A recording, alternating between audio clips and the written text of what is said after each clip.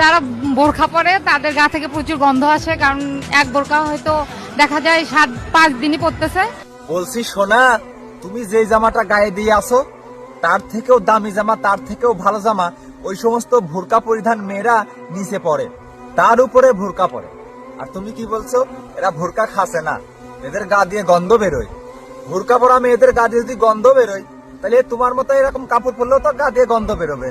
তাহলে আজকে থেকে একটা কাজ করো, ওই তুমি আর তোমার মা এই দুইজন মিলাই শরীর থেকে সমস্ত পোশাক খুলে ফেলবা এবং রাস্তাঘাটে চলাচল করবা, তাহলে গা গন্ধ হওয়ার কোনো সুযোগই থাকবে না। নিজের গা দিয়ে সবসময় ঘু ঘু গন্ধ পায়, আবার আইসে বোরকা পরা মেয়েদেরকে দুর্নাম করতে। তোমার চেহারা কেন দেখেই বোঝা যাচ্ছে, তোমার 10 হাত দূর দিয়ে যদি কোনো একটা মানুষ যায়, তবুও সে ব্যক্তি গন্ধর চেতনে নাকে রুমাল দেবে।